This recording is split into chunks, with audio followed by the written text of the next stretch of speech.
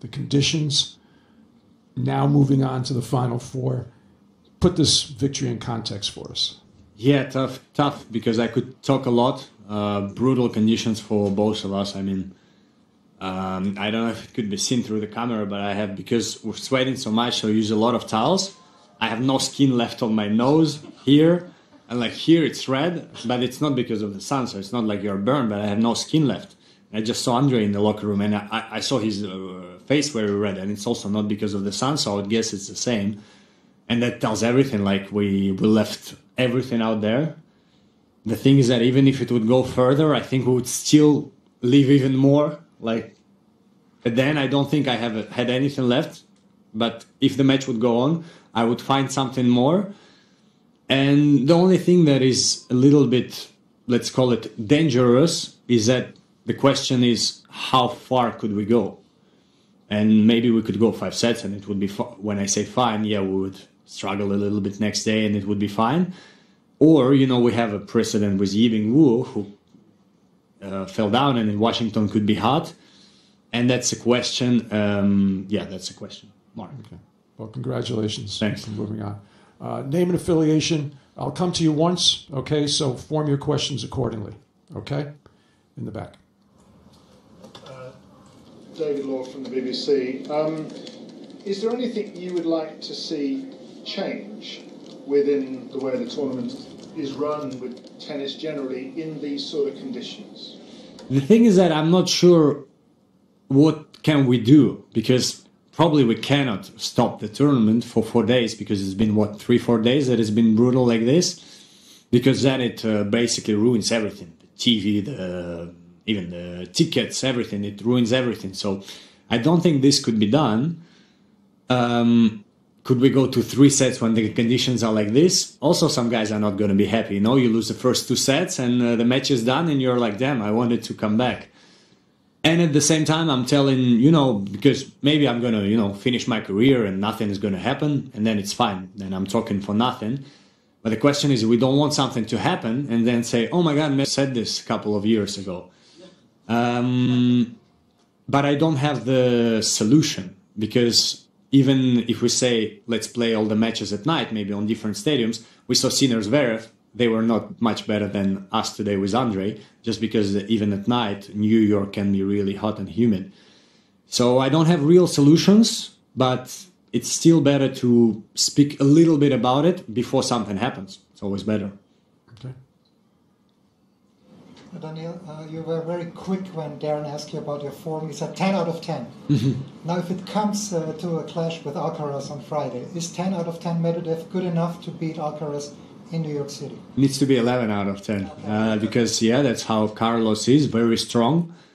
Even here, I think he lost 1 set, but I watched the matches and, you know, sometimes on break points, he runs for the passing shots. Incredible stuff. So let's see tonight. Let's see how Sasha recovered. I don't know. It's going to be interesting to see, because he was not in good shape 2 days ago. So it's could be an interesting match. I think Sasha beat him last time in Roland Garros. So yeah, it could be interesting. But if I play Carlos, you know, 2 last times I lost, let's call it pretty easy. So I'm someone who fights a lot. So I want to try to be better, and I need to be 11 out of 10 to try to beat him. Okay, Matt. So, Matt Futterman from the New York Times.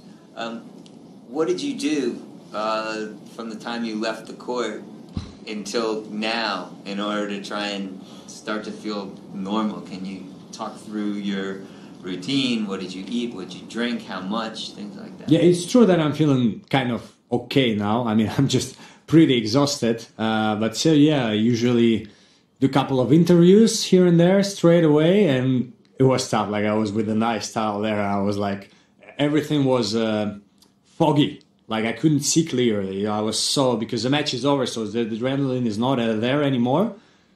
So I was like a little bit shaky. Then I come to the locker room, and that's the toughest part, because you kind of want to just sit there for hours. But you know that if you do it, it's not a good recovery.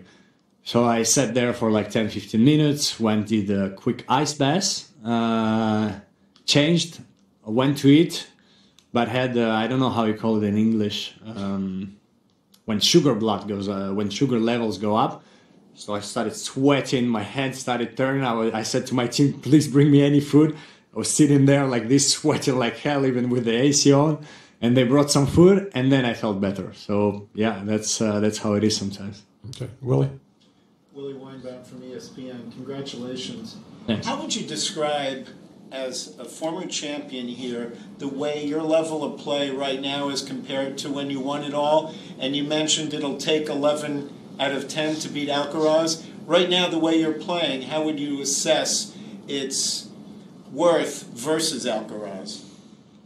Tough to say before you meet him. So I want to think that it's enough because I'm playing amazing. Like I said it on the court, I feel like starting from the third set against O'Connell, guys have been playing brutally good against me. Like today, Andrey, when he started the match, I think he won 10 points in a row, only hitting on the line. So I was like, okay, I'm going to have to be better than I am right now. And it was the same pretty every match. Dominar threw me off the court 6-2. So I was like, okay, need to be better.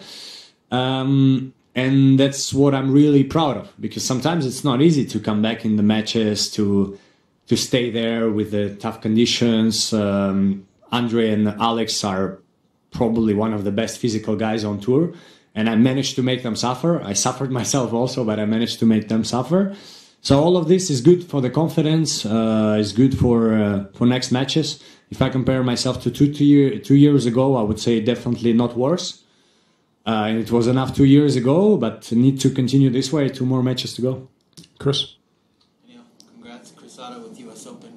You're winning 49% of your return games so far at the U.S. Open. Wow. I think you're having one of your best seasons from the return side in general. I just wonder if that's your opinion, if that's how you see it, and if so, what are the reasons for that? Always tough to say reasons, because I always worked return, since I was 18 years old. Didn't change. Again, changed my strings this year, so the ball goes a little bit kind of easier from the strings. Sometimes you always question, you come after the match, and usually US Open summer is great for me with previous strings. So after Toronto and Cincinnati, I was like, maybe I should change just for US Open summer to the old strings. Well, finally, maybe not.